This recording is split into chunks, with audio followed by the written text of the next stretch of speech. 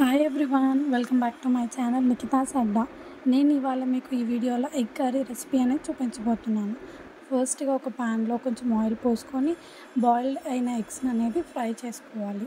బాగా రెడ్గా రోస్ట్ అయ్యేదాకా ఫ్రై చేసుకొని పక్కకు తీసుకోవాలి. ఆ తర్వాత అదే ప్యాన్లో ఆయిల్ ఉంటుంది కదా, దానికి కొంచెం ఆయిల్ యాడ్ చేసేసి ఆవాలు, జీలకర్ర, ఇంకా ఈ కరివేపాకు ఇవన్నీ యాడ్ చేయాలి. తర్వాత దానికి కొంచెం టమాటోస్ కూడా యాడ్ చేయాలి. క్వాంటిటీ తగ్గట్టుగా టమాటో పీసెస్ యాడ్ చేసుకుంటే సరిపోతుంది. నేనైతే ఇక్కడ ఇద్దరికి సరిపడా కర్రీ అయితే చేస్తున్నాను కాబట్టి ఒక టమాటో కట్ చేసుకున్నాను అంతే. సో టమాటోస్ బాగా ఫ్రై చేసుకోవాలి, బాగా ఉడికించుకోవాలన్నమాట.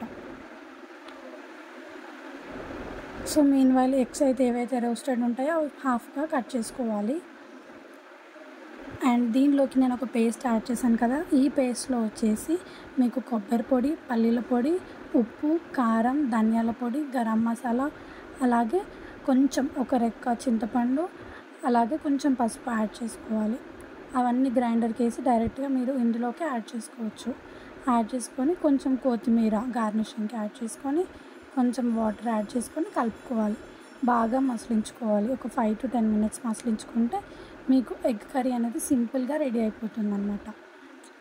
ఎవరికైతే ఉప్పు కారం డైరెక్ట్గా యాడ్ చేసుకోవాలనుకుంటారో వాళ్ళు డైరెక్ట్గా కూడా యాడ్ చేసుకోవచ్చు. బట్ ఇలా యాడ్ చేస్తే మీకు కర్రీ టేస్ట్ అనేది చాలా చాలా బాగుంటుంది అన్నమాట.